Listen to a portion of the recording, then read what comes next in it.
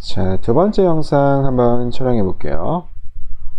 이 메커니즘 디자인과 관련된 첫 번째 주제는 제가 틸만 베르그스에 나와 있는 Leading Example, 일단 Order Selection에 관한 주제를 이해하기 위해서, 그 다음에 메커니즘 디자인의 토픽을 이해하기 위해서 책으로부터 가져온 거고, 자, 이제 본격적으로 이제 공부에 앞서서 우리가 일단 전체 그 모형을 일단 제시를 하거든요. 이 모형은 MWG에서 제가 따왔어요. 이 MWG에 나와 있는 모형이 가장 제너럴하면서도 이 메커니즘 디자인의 그 메인 프로블럼 그걸 이해하는 데 있어서 되게 효과적이라고 생각해가지고 여기서 가져왔어요. 자, 이제 앞으로 할 거는 이 토픽에 관해서 우리가 이제 Systematic Study를 하게 될 텐데, 그러니까 상황은 어떤 상황이냐면은 지금 각각의 에이전트들이 자신들의 preference에 대해서 private information을 갖고 있는 상황이에요. 그러니까 이전 example에서는 바이어는 자신의 preference, 그러니까 자신의 preference에 영향을 주는, 즉 utility에 영향을 주는 valuation에 대한 private information을 가지고 있었죠. 하지만 셀러는 없었는데 여기서는 이제 각각의 거의 그 모든 그 에이전트들이 자신의 preference에 대해서 private information을 갖고 있는 상황, 이거를 가정하는 베이스라인 모델, 그걸 한번 소개해 볼까요? 자, 그리고 나서 메커니즘 디자인 프로블럼에서는 일단 우리가 추구하는 목적이 있다고 했죠. 이전의 example에서는 셀러가 디자인을 하는 셀러가 자신의 프로핏을 가장 극대화하는 메커니즘은 무엇일까, 이런 문제를 생각하듯이요. 그래서 우리가 그 목적을 이제 Social Choice Function을 갖고 묘사를 하게 되거든요. 자, 이 두 가지 내용이 Musgrave, Winston Green, Chapter 23 B에 나와 있어요. 자, 그래서 우리가 생각하고자 하는 모형은 크게 두 가지로 나뉘는데, Environment랑 Mechanism으로 나뉘는데요. 이 나누는 기준은 뭐냐면은, 과연 메커니즘을 디자인하는 디자이너 입장에서 컨트롤할 수 있는 부분과 컨트롤할 수 없는 부분이에요. 그래서 environment는 컨트롤할 수 없는 부분이요. 그래서 beyond mechanism designers control이요. 그 다음에 메커니즘 자체는 under control이에요.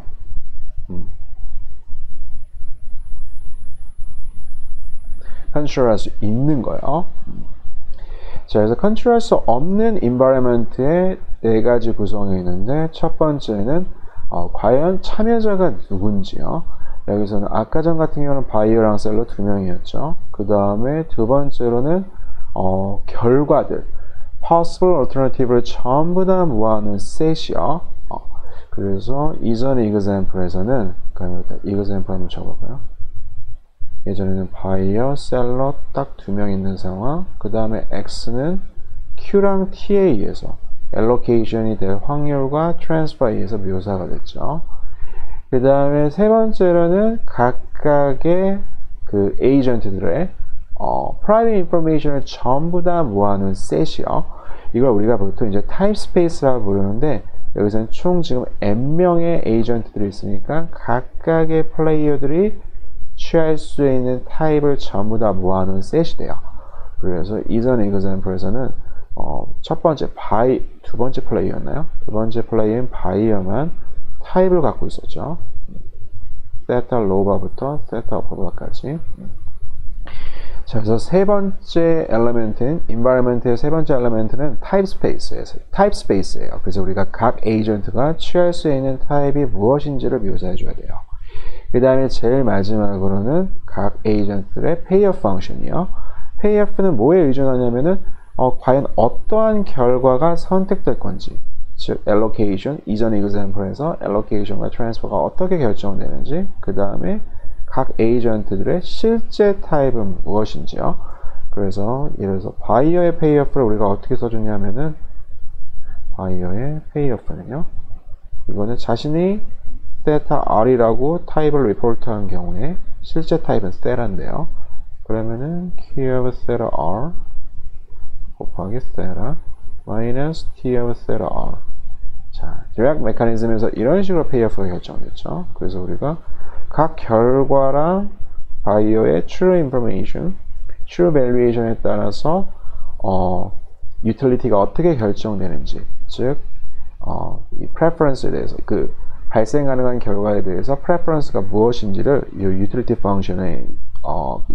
function을 가지고 우리가 이제 묘사를 하게 되거든요. 자, 그래서 이 네 가지 엘리멘트들을 우리가 environment로 부르고, 그 다음에 이 두 가지를 이제 메커니즘 디자이너가 컨트롤할 수 있다는 측면에서 우리가 메커니즘이라고 부르는데요.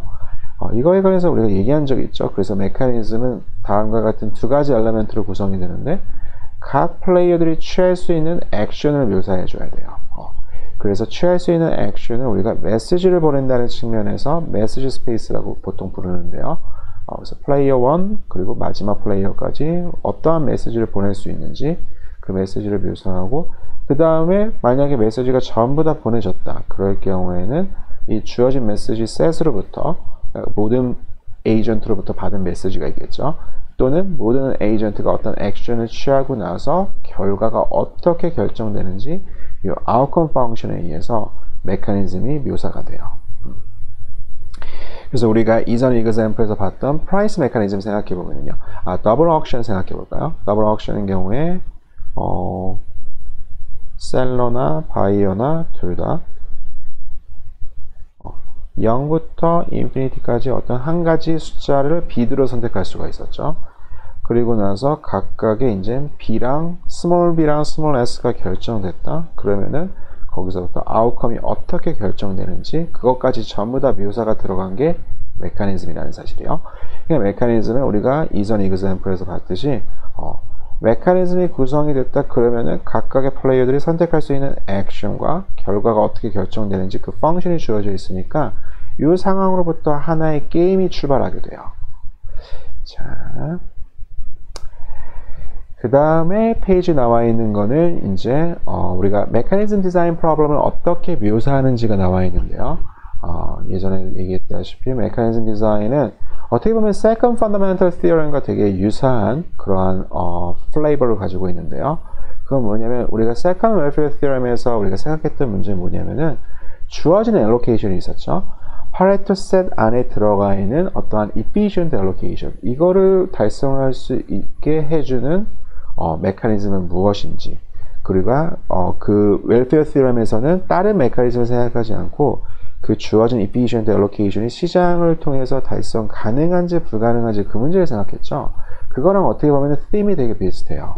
이 메커니즘 디자인 프로블럼은요. 그래서 우리가 일단 objective가 있어요. 이 objective를 묘사하는 방법은 다음과 같이 social choice function을 통해서 묘사하는데요. 각각의 에이전트가 갖고 있는 private information 하에서 과연 이렇게 인포메이션을 갖고 있을 때 우리가 outcome을 어떻게 결정해야 되는지, 즉 social choice function은 에이전트의 type space로부터 outcome space로 가는 하나의 펑션이에요.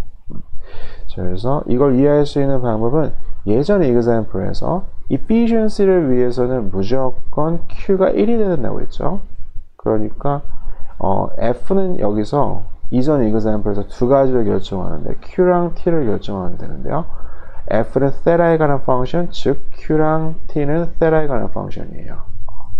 그래서 여기서 지금 셀러가 갖고 있는 objective 같은 경우에는 어떻게 Q랑 T, 주어진 theta에서 그 이윤을 극대화하는지 그 문제를 생각했었죠. 그거는 바이어가 잘 생각해 보면은 셀러의 이윤을 극대화해주는 그 결과는요, 바이어가 어떠한 밸류에이션을 갖고 있는지에 따라 달라져요. 그렇죠? 마찬가지로 메커니즘 디자이너가 추구하고 임플리먼트 하려고 하는 그 결과는요, 각 에이전트가 어떠한 프라이빗 인포메이션을 갖고 있느냐에 따라 달라지기 때문에 이 social choice 펑션은 타입 스페이스에 대한 펑션이 돼요. 자, 그래서 왜 social choice 펑션이라고 부르냐면은 이 펑션은 전체 에이전트의 페이오프에 영향을 미치는 이 collective choice, 즉 이 outcome에 대해서 영향을 주게 되거든요. 자, 그래서 우리가 한 가지 desirability 생각해 볼 수 있는 거는 ex post efficiency가 있죠. 그래서 social choice function이 efficient하다는 거는 우리가 Pareto efficiency라는 개념이 똑같은데요. 또 다른 outcome small x가 없는 거예요. 어떤 x가 없냐면은 지금 주어진 룰, 이 social choice function에 의해서 선택되는 outcome, 요거는요.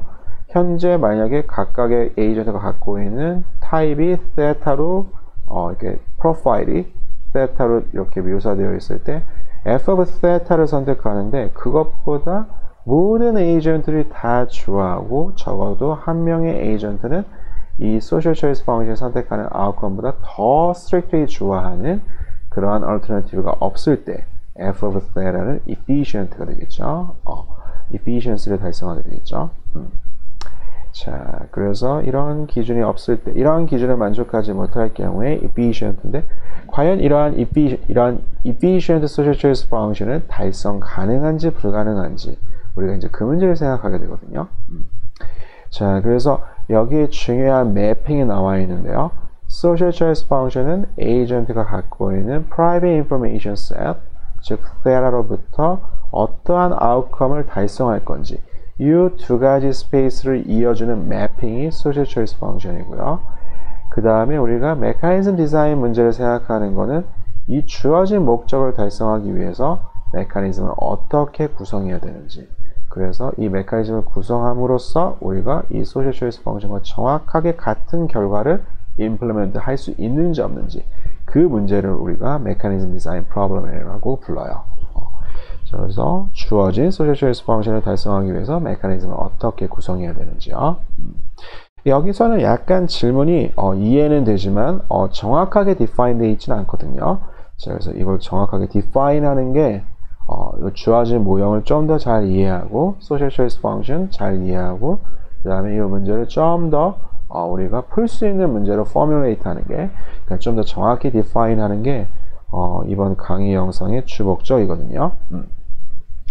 자, 그래서 function 일단 목적인 social choice function을 좀 더 잘 이해하기 위해서 example이 나와 있는데요. 선택할 수 있는 collective outcome이 총 3가지 x, y, z로 주어져 있어요. 그 다음에 지금 이 상황의 참여자 수는 정확히 2명인데요. agent가 1과 2 이렇게 딱 2명이 있거든요. agent 1은 타입이 딱 하나로 주어져 있어요. 즉, theta 1 바로 주어져 있는데 이거는 이렇게 하나의 싱글 엘리멘트를 갖고 있다. 이 말은 바이어의 타입이 정확하게 다른 에이전트들한테 알려진 상황이죠. 자, 그래서 싱글 타입을 갖고 있다는 얘기는 타입이 common knowledge예요. 그 다음에 반대로 두 번째 에이전트 같은 경우에는 취할 수 있는 타입이 2가지가 있는데요. theta to prime, 그 다음에 theta to double prime이요. 그래서 바이어 2 같은 경우에는 자신이 어떠한 타입을 갖는지에 따라서 발생할 수 있는 이 결과, 3가지 결과에 대한 preference ranking이 바뀌게 돼요. 자, 즉 private type, 이렇게 타입을 가지고 있다는 거, 그리고 이 타입이 private information일 때에는 자신이 이 결과들에 대해서 어떠한 preference를 갖는지 거기에 관해서 private information을 갖고 있는 거랑 정확하게 동치죠. 서로 정확하게 equivalent 하거든요. 그래서 첫 번째 에이전트 같은 경우에는 싱글 타입이니까 이 사람 같은 경우에는 preference ranking이 common knowledge예요. 그래서 첫 번째 에이전트는 구체적으로 X를 Y보다 더 좋아하고 Y를 Z보다 더 좋아하죠. 두 번째 에이전트 같은 경우에는 자신의 타입이 theta to prime일 경우에는 Z를 제일 좋아하고 그 다음에 Y, X의 순서로, 그 다음에 theta to double prime인 경우에는 Y를 제일 좋아하고 랭킹이 바뀌게 되죠. 이렇게요. 자, 이런 상황에서 메커니즘 디자이너가 다음과 같은 social choice function을 implement 하고 싶어요. 그건 뭐냐면은 첫 번째 에이전트는 타입이 주어져 있기 때문에 theta 1 바로 딱 박혀 있죠. 만약에 두 번째 에이전트가 타입이 theta to prime일 경우에는 y를 implement 하고요. 두 번째 결과를 implement 하는 거죠. 그 다음에 theta to double prime 같은 경우에는 x를 implement 하고 싶어요. 그래서 보면은 전체 타입 스페이스에서 outcome이 어떻게 assign 되는지 이 두 가지를 연결을 시켜주는 게 social choice function이고, 이게 결국 디자이너가 달성하고 싶어하는 그 결과, 또는 objective가 돼요. 자, 그래서 이 결과를 과연 달성할 수 있는지 없는지, 달성할 수 있다면 어떻게 메커니즘을 디자인해야 되는지가 디자인 프로블럼이 되거든요. 여기서 보면은 이 목적은 이 social choice function은 efficient예요. 잘 보면은 만약에 theta prime일 때 y죠. 그때 결과를 0로 바꾸면은 플레이어 두 번째 에이전트는 좋아지지만 첫 번째 에이전트는 오히려 안 좋아지죠. x로 바꾸면 정확히 반대. 그러니까 어떤 얼터너티브도 만약에 바꾸는 경우에는 적어도 두 명 중에 한 명은 피해를 보게 돼요. 그러니까 efficient한 거고, 만약에 theta 더블 프라임일 때 x를 선택한다. 그러면은 이건 이미 벌써 첫 번째 에이전트한테 가장 좋은 베스트 아웃컴이죠. 그러니까 바꾼다 그러면 첫 번째 에이전트는 무조건 피해를 보기 때문에 역시 efficient해져요. 자, 그러면은 이거를 달성 가능한가 불가능한가 이걸 생각하기 중에서는 우리가 메커니즘을 생각해 준다고 했죠. M과 G를 선택하는데, 여기서 한 가지 example을 좀 더 이해하기 위해서 과연 어떻게 메커니즘이 작동하고 그 다음에 이 결과를 달성할 수 있는지 없는지 여부를 판단하는지 그걸 생각해 주기 위해서 example 하나 보여드리면은 다음과 같은 메커니즘 한번 생각해 볼게요. 여기서는 이 메커니즘에서 첫 번째 플레이어가 먼저 이 세 가지 아웃컴 중에 한 가지를 비토할 수 있는 그러한 옵션을 줘요. 그래서 첫 번째 플레이어가 취할 수 있는 메시지는요, 디자이너한테 어떻게 메시지를 보낼 수 있냐면은 첫 번째 X를 비토할 건지 Y를 비토할 건지 그 다음에 Z를 비토할 건지 거부할 건지 그거를 이렇게 세 가지 중에 메시지를 하나 보낼 수 있어요.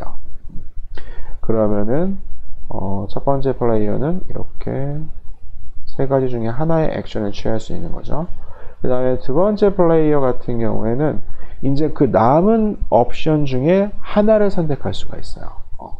그러니까 취할 수 있는 메시지가 X, Y, Z 이 세 가지 중에 하나인데 이제 첫 번째 플레이어가 첫 번째 에이전트가 어떠한 아웃컴을 비토했냐에 따라서 결과 취할 수 있는 메시지가 달라지죠. 만약에 X를 비토했다 그럴 경우에는 Y랑 Z 둘 중에 하나 골라야 되죠. Y를 비토했다 그러면 X랑 Z 둘 중에 하나 골라야 되죠. Z를 비토했다 그러면 X랑 Y 둘 중에 하나 비토해야 되죠. 자, 그리고 나서 이제 결과가 역시 이제 여기서 두 번째 플레이어가 선택하는 그 사람이 결국 이제 이걸 만약 캔디데이트라고 생각하면요, 그 캔디데이트이 결정되고 그 아웃컴이 결정되게 돼요. 즉, 우리가 메커니즘을 구성하는 데 있어서는 각 플레이어가 어떠한 액션을 선택할 수 있는지, 그 다음에 각각의 액션을 선택했다 그럼 결과는 무엇인지 그걸 묘사해 줘야 된다는 거죠. 그래서 M은 선택할 수 있는 액션, 그 다음에 outcome function G는 M으로부터 과연 어떠한 결과가 선택되는지 그걸 묘사해주는 outcome function이에요. 그러니까 여기서 결국 outcome까지 전부 다 묘사해주면 이럴 경우 Y 선택되고 Z 선택되고 X, Z, X, Y 이렇게 선택되겠죠. 자, 여기서 과연 이러한 메커니즘이 주어진 social choice function을 달성하는지 안 하는지 보면은 지금 theta prime 같은 경우 두 번째 에이전트가, 그러니까 이걸 백월드로 만약 문제를 풀어주게 되면은요, 타입이 theta prime이다. 그럴 경우에 어떠한 그 초이스를 할 건지 너무나 당연하죠. 그 Y랑 Z 중에서는 Y 선택하고요. 왜냐? Z 선택하죠. theta prime한테 Z는 제일 좋은 옵션이에요. 그러니까 여기서 Z 선택하고 X랑 Y 중에서는 Y를 더 좋아하죠. 그러면 이걸 미리 예상하고서 플레이어 1은 어떤 옵션 중에 하나를 비토하는지 생각해 보면은 Z 또는 Y니까요. Z 또는 Y니까 플레이어 1은 Y를 선택하는 게 제일 좋죠. 즉 Z를 비토함으로써 이렇게 Y를 달성할 수 있죠. 자, 똑같은 상황이 타입이 theta 더블 프라임일 때에도 X를 달성할 수 있게 해주는 메커니즘이 돼요. 잘 생각해 보면은 여기 theta 더블 프라임이다. 그럴 경우에는요, Y랑 Z 중에 Y 좋아하죠. X랑 Z 중에 X 좋아하죠. Z가 제일 worst outcome이니까요. 이제 두 번째 에이전트한테. 그 다음에 X랑 Y 중에서는 Y를 더 좋아해요. 그럼 이걸 다 예상하고 플레이어 1 입장에서 이제 Y 또는 X냐 그거를 선택하게 되는데요. 각 하나의 옵션을 비트함으로써 즉 Y를 비트함으로써 X를 선택할 수 있게 되는 거죠. 그러면요. 제일 좋은 아웃컴이요. 즉 세라트 더블 프라임일 때에도 이 오브젝티브가 달성이 가능해요. 이 메커니즘을 통해서. 자, 이렇게 되는데 이거는 근데 여기서 이 메커니즘에 한 가지 문제점이 있어요. 우리가 이렇게 게임 룰을 이렇게 묘사할 때 플레이어 1이 마치 플레이어 2의 정확한 타입을 알고 있다고 가정했거든요. 여기서 플레이어 1이 자기가 X를 비트하면은 플레이어 2는 Y랑 Z 중에 Y를 선택할 거야. 이렇게 예상할 수 있는 거는 플레이어 2가 정확하게 타입이 세라트 더블 프라임일 때 이 사실을 알고 있을 때 이러한 유추가 가능하죠. 이걸 모를 경우에는 세라트 프라임 같은 경우에는 여기서 Z를 선택하고요. 세라트 더블 프라임은 Y를 선택하거든요. 그러니까 플레이어 1이 플레이어 2의 타입을 모를 경우에 이게 플레이어 2의 프라이빗 인포메이션인 경우에는 자기가 X를 비트함으로써 플레이어 2가 Y를 선택할 건지 Z를 선택할 건지 그 액션에 대한 uncertainty가 생겨버려요. 그러니까 지금 주어진 social choice 펑션이 이러한 메커니즘을 통해서 implement 하다, 가능하다, 달성 가능하다라고 얘기해주기 위해서는 이 플레이어 2의 타입을 정확하게 플레이어 1도 알고 있는 상태에서만 가능하다는 거죠. 이게 만약에 불확실할 경우에는, 즉 이게 두 번째 플레이어의 프라임 인포메이션일 경우에는 이러한 메커니즘이 달성할 수, 그러니까 주어진 소셜 초이스 펑션을 달성할 수 없게 돼요. 자, 여기선 지금 우리가 이 example을 통해서는 달성하냐 안 하냐 그 여부까지 판단하는 게 아니고 일단 주어진 디자이너의 objective를 social choice 펑션을 통해서 어떻게 묘사하는지요. 그 다음에 메커니즘을 통해서 이걸 달성한다. 그 의미가 무엇인지만 파악하면 되니까 그냥 넘어갈게요. 자, 두 번째는 퍼블릭 프로젝트에 관한 example인데 여기서 총 n명의 에이전트가 있어요. n명의 에이전트가 각자 기부를 통해서 어떤 퍼블릭 프로젝트, 예를 들어서 이제 다리를 하나 놓는다거나 아니면은 뭐 발전소를 하나 설치한다거나 그러한 프로젝트를 하나 이제 수행할 건지 안 할 건지를 결정하는데요. 여기서 이제 주어진 아웃컴 벡터는 어떻게 묘사할 수 있냐면은 이 프로젝트가 결국에 하는지 안 하는지, 그래서 0 같은 경우에는 안 하는 거, forego project, 그 다음에 1 같은 경우는 이제 carry out the project 이렇게 묘사해 줄 수 있죠. 자, 그래서 이 K 같은 경우에는 모든 에이전트들의 그 페이오프에 영향을 미치는 collective decision이 되죠. 그 다음에 각각의 TI는요, T1부터 TN까지 있는데 TI는 에이전트 I한테 들어가는 monetary transfer예요. 그래서 TI가 0보다 크면은요, 그러면 I한테 주는 subsidy가 되겠죠. 보조금이 될 테고, 만약에 0보다 작다 그러면은 tax가 되겠죠. levied from agent I요. 그러니까 0보다 작다는 거는 이 프로젝트를 위해서 에이전트 I가 그만큼 돈을 지불했다는 거고, 0보다 컸다는 경우에는 제발 사인 좀 해줘라. 이 프로젝트 실행하게 내가 이만큼 보조금 줄 테니까 그런 상황이 되는 거죠. 자, 그럼 여기서 이제 달성 가능한 아웃컴을 묘사할 때는 지금 이 벡터 x는 이걸 전부 다 모아놓은 건데, 여기서 k, 첫 번째 그 k 엘리멘트인 k는 0 또는 1의 숫자가 되는 거죠. 그래서 0은 이거 프로젝트 그냥 포기, 1은 수행하는 거요. 그리고 각각의 TI는 이제 트랜스퍼를 의미하는 거고, 여기서 이제 하나 주어진 constraint는 뭐냐면은 이 프로젝트를 수행하는 데 있어서 우리가 external fund가 있냐 없냐를 생각해 줄 수가 있어요. 만약에 external fund가 전혀 없어요. 이 에이전트 n명끼리서 이렇게 기부 또는 텍스를 통해서 이 얻은 돈으로, 이 모금된 돈으로 프로젝트를 실행해야 되는 경우, 그럴 경우에는 만약에 K가 0이다. 그럴 경우에는 TI는 뭐 아무 숫자나 상관없죠. 근데 만약에 K가 1이다. 그럴 경우에는 지금 총 들어가는 커스트가, 이 프로젝트를 수행하는 데 있어서 들어가는 커스트가 C일 경우에, 그러면은 C는 어떤 것보다 커야 되냐면은 지금 ti가 약간 여기서 좀 이 ti의 정의에 따라 때문에 좀 헷갈릴 수 있지만 c가 결국 여기서 지금 발생하는 총 비용이다. 그러면 여기다 마이너스 붙여주고요.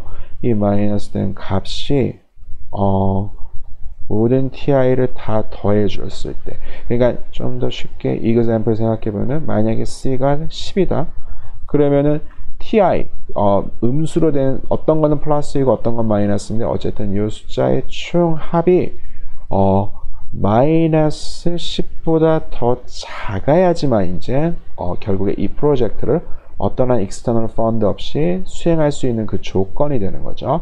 그러니까 여기서 마이너스 11이고요. 그런 경우 잘 생각해보면은 여기다 마이너스를 붙여준 마이너스 10. 결국 마이너스니까 마이너스 10이 마이너스 11보다 더 크죠. absolute value가 더 큰 게 아니고 숫자가 더 크죠. 자, 그래서 이 inequality가 만족해야지만 사업이 시행 가능하기 때문에 결과적으로 k 값이 뭐냐에 따라 상관없이 우리가 일단 k를 곱해주면은요 하나의 inequality를 통해서 달성할 수 있는 outcome을 전부 다 묘사해 줄 수 있게 돼요. 그래서 뭐 이렇게 묘사를 해주는 요거는 중요한 게 아니고요. 어쨌든 이런 식으로 이 지금 public project 같은 경우에 이 example 하에서 어떤 outcome이 달성할 수 있는지 이전 example에서는 달성 가능한 outcome이 딱 이렇게 explicitly 주어져 있는데 이런 상황에서 우리가 이렇게 묘사해 줄 수 있죠. 그 다음에 preference 같은 경우에도 이전 example에서는 딱 랭킹이 주어졌죠. 그래서 X가 선택됐을 경우에 이런 건 다 cardinal utility이기 때문에 그냥 아무나 숫자 줘도 되죠. X가 선택됐을 경우 3, Y일 땐 2, Z일 때는 뭐 0.001 아무 숫자나 상관없어요. 결국 X로부터 나오는 utility가 Y보다 크기만 하면 되는 거죠. 마찬가지로 agent2에 대한 preference ranking도 똑같고요.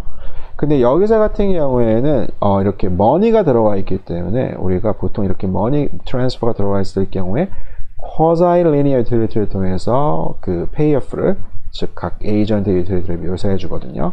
그래서 여기서 각 agent가 갖고 있는 private information은 뭐냐면은 이 public project가 결국 수행됐을 때 이 public good이 결국 제공이 됐을 때 얼마만큼의 value를 갖는지 그래서 각 agent가 이 public good에 대해서 갖고 있는 가치 theta i가 private information인데 K가 1일 경우에는 theta i만큼의 가치를 느끼게 되는 거죠.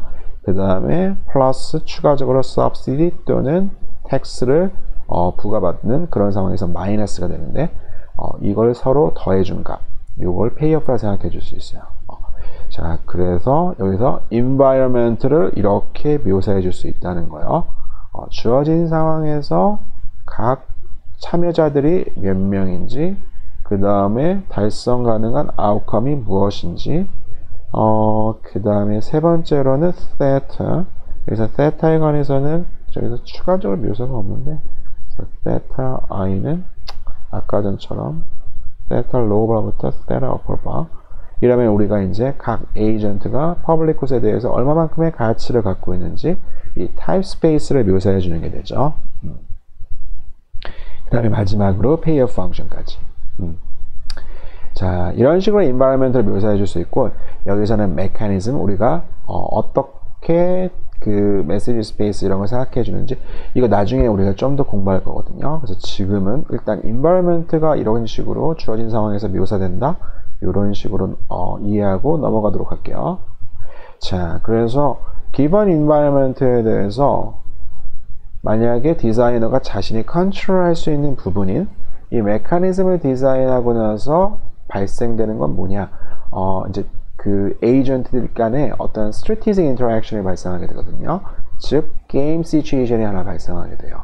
근데 여기서 게임 시츄에이션이 어떠한 게임이냐면은 각 플레이어들은 자신의 private information을 가지고 있는 즉 불완전한 정보를 갖고 있는 게임 상황 게임의 incomplete information이 되거든요.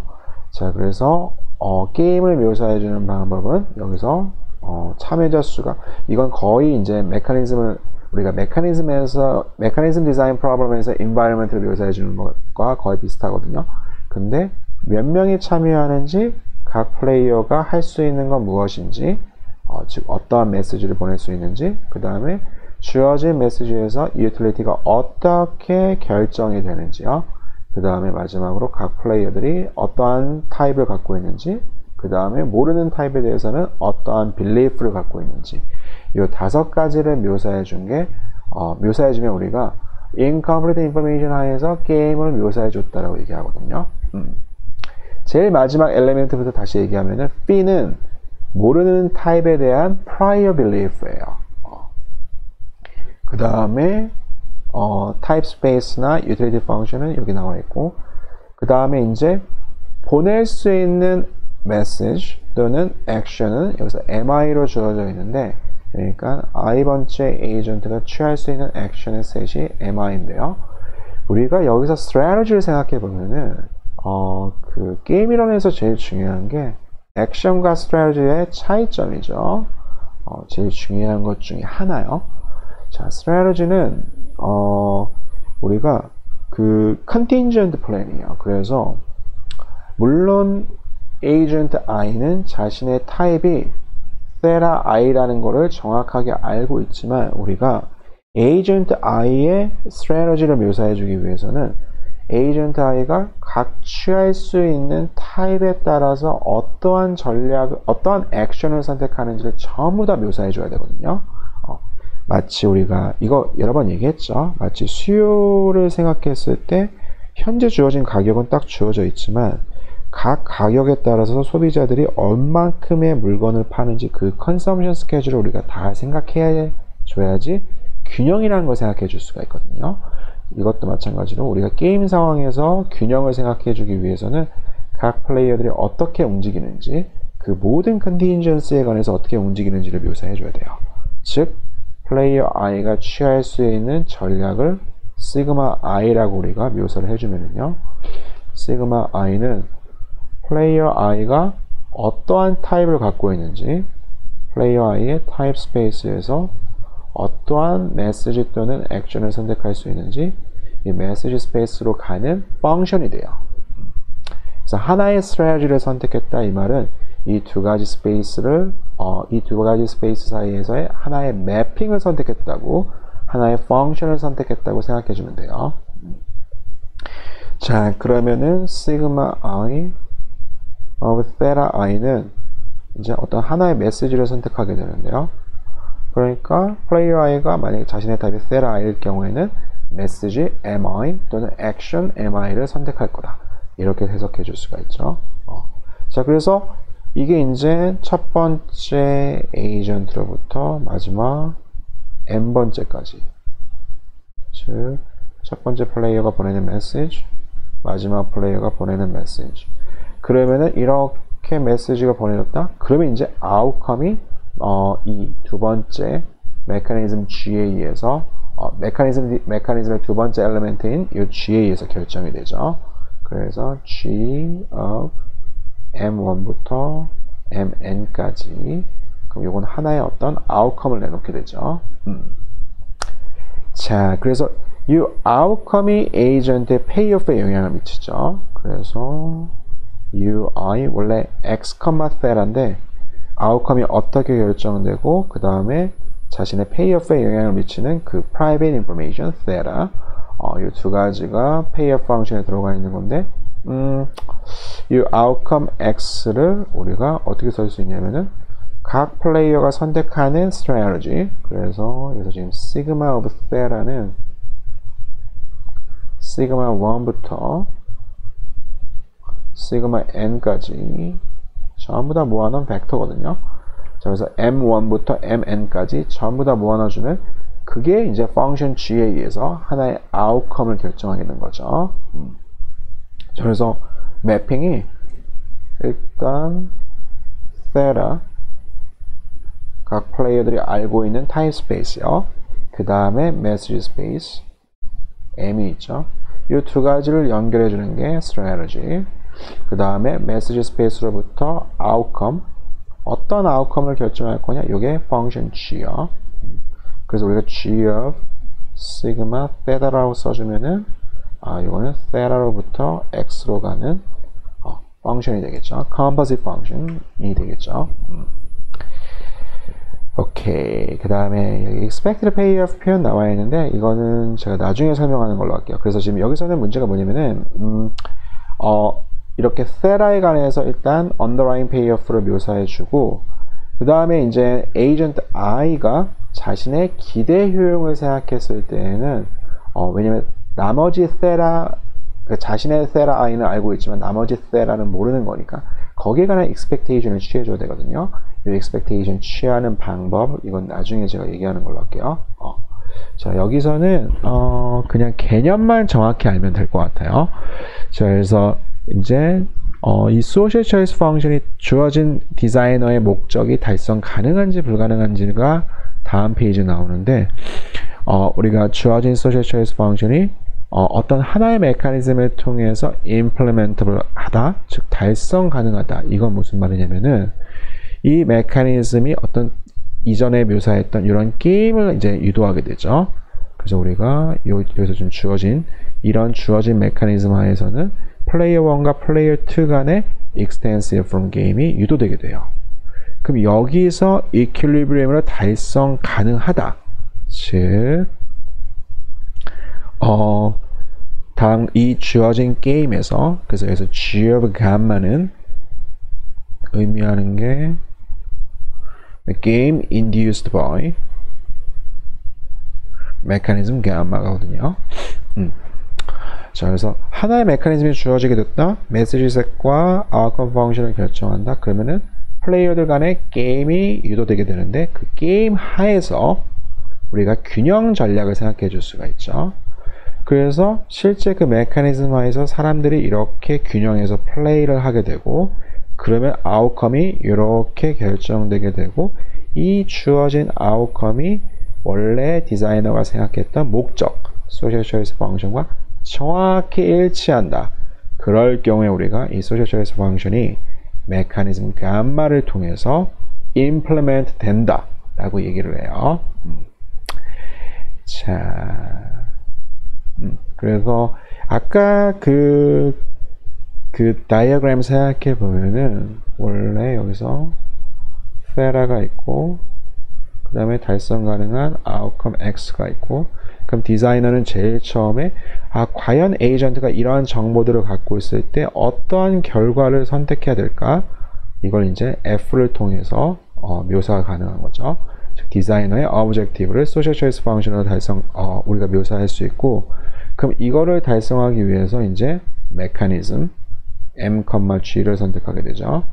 이걸 선택하게 되면은 플레이어들 간의 게임을 묘사할 수 있는데 이 게임에서 각 플레이어들은 자신의 주어진 정보로부터 메시지 M을 선택하게 돼요.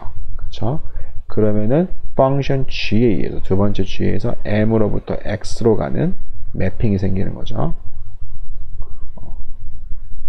자, 그래서 원래 처음에 생각했던 소셜 초이스 펑션이 이렇게 G랑 시그마를 통해서 이렇게 세 가지 스페이스가 서로 결합된 이 composite function 이걸 통해서 F가 달성 가능하냐 이걸 판단하는 기준은 모든 세타에 관해서 에이전트가 어떠한 프라이빗 인포메이션을 갖고 있는지 상관없이 모든 세타에 관해서 이 두 가지 펑션을 정확하게 동일한 아웃컴을 가져다 준다.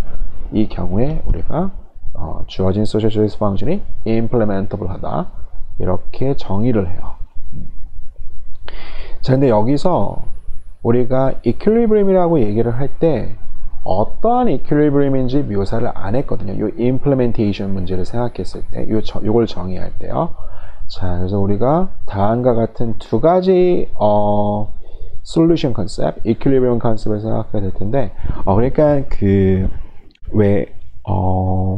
게임 이론 공부하다 보면은 우리가 균형을 prediction 할 때 우리가 쓰는 방법, 거기서 이제 dominant strategy equilibrium이 있고, 그러니까 각 플레이어들이 dominant strategy를 갖고 있을 때 사람들이 그걸 선택하게 될 거고, 그럼으로써 결국 결과가 우리가 예측할 수 있는 게 바로 이러한 균형이다. 이렇게 우리가 얘기해 줄 수 있죠. 그 dominant strategy implementation. 그러니까 이건 무슨 말이냐면은 주어진 메커니즘 하에서 이렇게 행동하는 게 각 플레이어들의 dominant strategy equilibrium이 될 때, 그때 우리가 주어진 social choice function이 dominant strategy implementable 이렇게 정의하고요. 만약에 dominant strategy equilibrium은 아니지만 그냥 equilibrium이다. 즉 Nash equilibrium이다. 여기서는 지금 incomplete information이 있으니까 incomplete information 하에서 Nash 균형을 우리가 Bayes Nash 또는 Bayesian Nash라고 부르거든요. 그래서 이렇게 행동하는 게 dominant strategy equilibrium은 아니지만 그냥 Nash equilibrium이다. 그럴 경우에는 Nash implementable 하다. 주어진 social choice function이 Nash implementable 하다. 이런 용어를 쓰게 돼요. 그래서 여기서는 지금 어떠한 균형 그걸 묘사를 안 했는데 이 지금 이렇게 메커니즘을 짜면은 우리가 이러한 균형이 생기는데 이 균형 전략이 dominant strategy equilibrium의 경우에는 훨씬 더 강력하게 social choice function이 implement 되는 거죠. 왜냐하면 dominant strategy equilibrium에서는 각 플레이어들이 자신의 딴 사람이 어떻게 움직이는지 상관없이 이렇게 행동하는 게 best response가 되니까요. 여기에 관해서 이제 우리가 금요일 라이브 렉처 시간에 이 두 가지 개념을 갖고서 일단 이걸 먼저 생각하거든요. dominant strategy implementation. 그 다음에 이제 Nash implementation을 생각하게 돼요. 자, 그래서 dominant strategy equilibrium이 Bayes Nash equilibrium이 되는 건 당연하죠. 왜냐면은 우리가 Prisoner's Dilemma 게임 생각해 보면은 서로 cooperate 하지 않고 defect 하는 게 유일한 이제 dominant strategy equilibrium이 되는데 여기서 잘 생각해 보면은 이 equilibrium이 유일한 균형이 되거든요. 그래서 dominant strategy equilibrium은 Nash 균형은 맞는데 Nash 균형이 반드시 dominant strategy equilibrium이 될 필요는 없죠. 그래서 이 둘 간의 관계에 의해서 우리가 어떠한 social choice function이 dominant strategy implementable 하다. 그러면은 훨씬 더 강력한 개념이 돼요. Nash implementable 하다. 이 얘기를 할 때보다. 자, 그리고 그 다음 슬라이드에 나와 있는 거 이제 우리가 주어진 목적이 언제 implementable 한지 안 한지 이 문제는 예전에 example에서 봤듯이 이 메커니즘을 디자인해야 되는데 이 메커니즘의 스코업이 무궁무진해요. 그래서 되게 어려운 태스크가 되거든요. 근데 다행히도 Revelation Principle이 의미하는 거는 우리가 이 주어진 상황이 주어진 social choice function이 implementable 하냐 안 하냐 그걸 따질 때에는 Direct Revelation Mechanism에서 implementable 하냐 안 하냐 그것만 생각해 주면 된다는 점인데 여기서 Direct Mechanism 또는 Direct Revelation Mechanism이 의미하는 거는 각 플레이어들의 메시지 스페이스가 어떠한 액션을 취할 수 있냐가 자신의 타입 스페이스로 박혀 있어요. 그러니까 우리가 메커니즘을 디자인할 때는 원래 각 플레이어들이 어떤 액션을 선택할 수 있는지 그 다음에 그 액션으로부터 나오는 결과가 어떻게 유도되는지 이 두 가지를 전부 다 묘사해 줘야 되는데 이 디렉트 메커니즘에서는 각 플레이어들이 취할 수 있는 액션이 타입 스페이스로 주어져 있고요. 왜냐?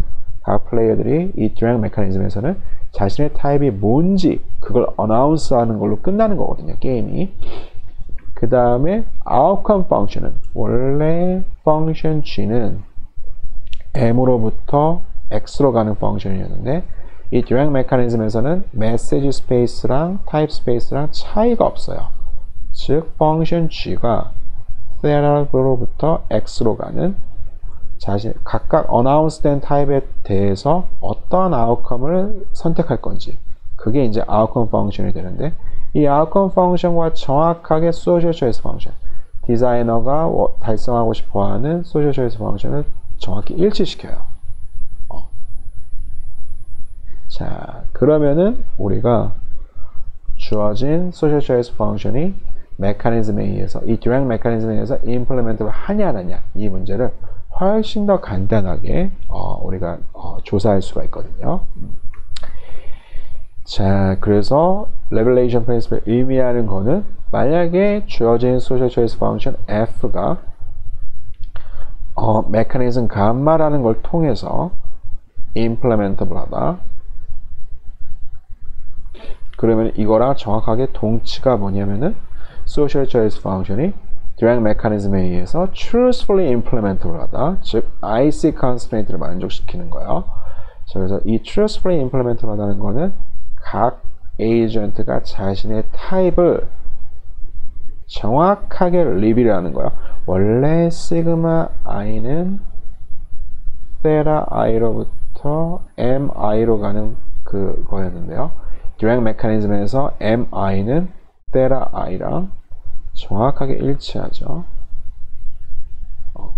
자, 그래서 자신의 타입을 리뷰할 건지 아니면은 속일 건지 그걸 결정하는 거니까. 근데 균형 전략이 각 플레이어들한테 자신의 타입을 그대로 리뷰하는 게 균형 전략일 경우에는, 그래서 주어진 펑션이 달성 가능할 경우에는 우리가 social choice 펑션이 truthfully implement 받아 이런 용어를 쓰게 돼요. 그래서 revelation principle을 의미하는 거는요, 우리가 금요일 시간에 좀 더 자세하게 얘기하겠지만, revelation principle을 의미하는 거는 주어진 목적이 social choice 펑션이 truthfully implementable 하다, direct mechanism에 의해서 그거는 어떠한 메커니즘이 주어진 펑션을 달성할 수 있다, 즉 implementable 하다, 이거랑 정확하게 동치가 돼요. 자, 그래서 우리가 예전 example 8.1로 돌아가게 되면은 이 social choice 펑션이 달성 가능하냐 불가능하냐 이 문제는 direct mechanism에 의해서 달성 truthfully implementable 하냐 안 하냐 그것만 생각해 주면 되거든요. 자, 근데 이거는 truthfully implementable 하지가 않아요. 그 이유는 뭐냐면은 만약에 타입이 이렇게 리빌 될 경우에 디자이너가 세라트 프라임일 경우에는 y를, 세라트 더블 프라임일 때는 x를 선택하고자 해요. 그러면 에이전트 2 입장에서 에이전트 1은 자신의 타입이 딱 하나고 알려졌기 때문에 리빌하고 말 거가 필요가 없죠. 근데 두 번째 에이전트 같은 경우에는 두 가지 가능한 타입이 있기 때문에 자신의 타입이 정확하게 뭔지 디렉 메커니즘에 대해서 디렉 메커니즘 하에서 리빌할지 말지를 결정하는 거죠. 근데 세라트 프라이밍 같은 경우 생각해 보면은 자신의 타입을 그대로 리빌할 경우에 y가 선택되는데, 만약에 타입을 세라트 더블 프라임을 거짓말했을 경우에 x가 선택돼요. 근데 실제 자신의 타입이 세라트 프라임일 때 y가 x보다 더 좋으니까 truthfully 리빌하겠죠. 세라트 프라임을 갖고 있는 에이전트 2는 자신의 타입을 truthfully implement 하려고 하는 인센티브가 있는 반면에, 세라트 프라이밍 같은 경우에 truthfully 리빌할 경우에는 x가 반대로 거짓말해서 자신의 타입이 세라트 프라임이라고 어나운스 할 경우에는 y가, 즉 자신의 타입이 세라트 프라임일 때 자신의 타입이 세라트 프라임이라고 거짓말하는 인센티브가 생기게 되죠. 즉 주어진 social choice 펑션은 truthfully implementable 하지 않아요. 그럼 우리가 이 revelation principle을 통해서 얻을 수 있는 결론은 뭐냐면은, 세현실에 존재하는 모든 메커니즘을 적용한다 하더라도 이 결과를 implement 해주는 메커니즘 MG는 존재하지 않는다는 결론이 유도할 수가 있거든요. 자, 실제 그런지 우리가 보면은 아까 우리가 이런 특정한 메커니즘을 하나 고려한 적이 있죠. 이 메커니즘에서 어떠한 균형도 이 y랑 x를 달성할 수가 없어요. 그 이유를 잘 생각해 보면은요, 지금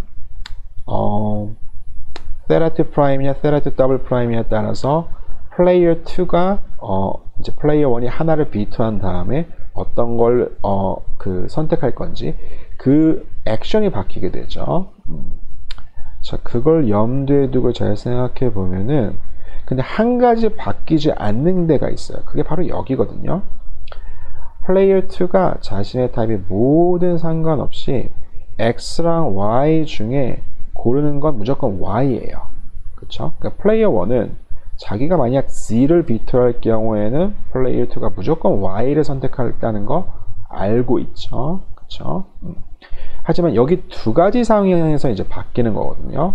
세라트 더블 프라임일 때는 z보다 y 또는 x가 더 좋으니까 이렇게 움직이고, 근데 반대로 세라트 프라임일 때는 z를 더 좋아하니까 정확하게 액션이 바뀌게 돼요.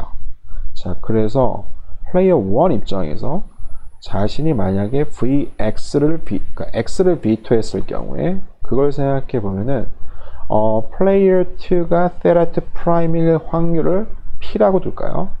그 다음에 나머지를 1-p라고 두면은요, 즉 p의 확률로 플레이어 2는 z를 선택하겠죠.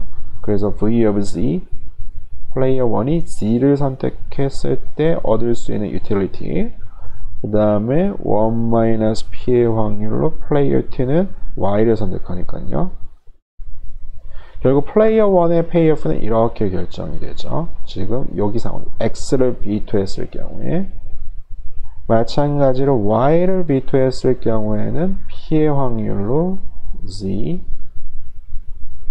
그 다음에 1-P의 확률로 X가 선택되죠. 자, 그러면은 X를 B2 할 건지 Y를 B2 할 건지 잘 생각해 보면은 Z는 제일 안 좋은 거, 그러니까 동일하죠. 그 다음에 YX 중에는 무조건 X를 더 좋아하죠. 즉, VX는 VY에 의해서 dominate 돼요. 그쵸? dominate 되죠. 그런데 VY랑 VZ를 선택하면은 무조건 페이오프가, 플레이어 1의 페이오프는 Y가 선택되니까 V1Y가 되거든요. 자, 지금 제가 한 건 뭐냐면은 첫 번째 VX를 선택했을 때 플레이어 1의 expected payoff, 그 다음에 VY를 선택했을 때 Y를 B2 했을 때 expected payoff. 그럼 이 두 가지를 비교해 보면은 첫 번째 게 무조건 dominate 되죠. 절대 플레이어 1은 VX를 선택하지 않아요. 하지만 VY는 선택할 수 있죠. 만약에 이 값이 이거보다 크게 되면은요. 자, 그런데 여기서 잘 생각해 보면은 이제 P가 무엇인지, 그 다음에 V가 무엇인지에 따라서 플레이어 1이 Y를 B2 할 건지 Z를 B2 할 건지 이제 결정되게 되는데요. 만약에 플레이어 1이 U expected payoff가 이것보다 더 커서 Y를 B2 한다 하더라도, 그쵸? Y를 B2 한다 하더라도 플레이어 2는 자신의 타입이 뭐냐에 따라서 X 또는 Z를 선택하게 될 텐데, 각각의 모든 세타에 관해서 이 결과가 동일한 게 아니에요. 그러니까 즉, 실제 VY를, 만약에 지금 P 값이 P랑 이 유틸리티가 이렇게 적절하게 딱 조정이 돼가지고 어떤 값에 대해서, 어떤 스페시피케이션의 하에서는 VZ를 선택하는 게 더 옵티멀일 수가 있죠. 그럼 이는 여기서는 플레이어 2는 항상 Y를 선택하거든요. 그러니까 타입에 상관없이 무조건 Y가 결과로 유도되게 돼요. 즉, 이 소셜 초이스 펑션과 차이가 있죠. 여기서 우리가 균형을 생각해 봤을 때 메커니즘에서 나오는 균형과 거기서 나오는 결과, 이퀄리브리엄 아웃컴과 소셜 초이스 펑션이 생각했던 그 결과하고 서로 간의 괴리가 있어요. 즉, 임플리멘트가 하지가 않는다는 거 우리가 쉽게 알 수가 있거든요. 자, 그래서 레벨레이션 프린시플이 의미하는 거는 우리가 이런 특정한 하나의 메커니즘을 통해서 임플리멘트 했냐 안 했냐, 가능하냐 불가능하냐 이걸 판별했는데, 그럴 필요 없이 디렉 메커니즘에 대해서 truthfully implement를 하냐 안 하냐 이걸 가지고서 현실 세계에서 가능하냐 불가능하냐를 되게 쉽게 판별할 수가 있어요. 근데 이전 example에서는 truthfully implement를 하지 않았기 때문에, 즉 IC constraint를 만족하지 않았기 때문에 결과적으로 현실 세계에서 우리가 모든 메커니즘을 갖다 붙인다 하더라도 주어진 결과를 달성할 수가 없어요. 자, 마지막 example로 나와 있는 거는 first price auction인데요. 여기서 이제 물건이 하나가 있는데 그게 두 명의 비더들 중 한 명한테 어떻게 allocate 되는지, 그걸 auction을 통해서 결정하는 거예요. 자, 그래서 여기서 주어진 environment는요, N은 2명, 그 다음에 type space는 각 플레이어들이 물건에 대해서 가지고 있는 가치는 0과 1 사이에서 uniform distribution이라고 나와 있죠. 그래서 theta 1, theta 2, 취할 수 있는 타입은 0부터 1까지. 자, 그 다음에 이제 각 플레이어들이 선택할 수 있는 거는, 여기서는 이 auction에서는 이제 선택할 수 있는 잠시만, 결과를 묘사해야 되죠. 결과를 묘사해야 되는데, 결과 X는, 그러니까 여기서는 지금 allocation이 어떻게 되는지, 플레이어 1한테 allocate 되는지 2한테 allocate 되는지, 이걸 굳이 뭐 수식으로 쓸 필요가 있나 싶지만, 어쨌든 allocate 되고 각 플레이어들이, 각 비더들이 얼만큼 지불하는지, 그걸 이제 세 가지로 묘사해 줘야 되죠. 그러니까 여기서는 굳이 쓰자면은 K, B1, B2 그 다음에 K는 1 또는 2 만약에 셀러가 직접 홀딩할 수 있는 그런 가능성까지 열어두면은 제로까지 집어넣어서 제로인 경우에는 이제 셀러가 홀딩하는 경우 1인 경우에는 비더 1이 가져가는 경우 두 번째 비더 2가 가져가는 경우 이렇게 아웃컴을 여러 가지로 묘사해 줄 수가 있죠. 그 다음에 B1, B2는 여기서 이제 아무 숫자 0부터 인피니티까지 아무 숫자나 다 가능하죠. 자, 그래서 이게 이제 발생 가능한 결과. 그 다음에 마지막으로 payOff는 이제 만약에 k가 1일 경우에 그래서 u1, 1, theta1은 theta1 마이너스 b1이 되겠죠. 여기서 이제 결과가 단순히 k뿐만 아니고 k, b1, b2 이럴 때 그 중에 k가 1일 경우에 자신이 옥션에서 이겼을 경우에 first price auction이니까 결과가 이제 자신이 비딩한 것만큼 이제 비딩 물건을 주게 되는 거고 만약에 K가 1이 아닐 경우 그런 경우에 대해서는 K, B1, B2 theta 1 이거는 theta 1 마이너스 이건 이럴 땐 결국 그냥 제로가 되죠. K가 1이 아닐 경우 자, 이런 식으로 payOff를 써줄 수 있어요. 원래 뭐 정확히 써주려면 이렇게 piecewise function을 통해서 우리가 써줄 수 있지만 그냥 어쨌든 상황이 너무나 intuitive하기 때문에 넘어가는 걸로 할게요. 여기서 우리가 보고 싶은 건 뭐냐면은 만약에 이제 여기서는 셀러가 직접 디자이너가 되는데요. 디자이너가 다음과 같은 social choice function이 implement 한지 안 한지 그걸 알고 싶어요. 그게 뭐냐면은 theta 1이 theta 2보다 크다. 그럴 경우에는 첫 번째 비더가 두 번째 비더보다 밸류에이션이 더 높다. 이럴 경우에는 첫 번째한테 물건을 주고 얼마만큼의 가격을 지불하냐면은 정확히 첫 번째 비더의 밸류에이션만큼.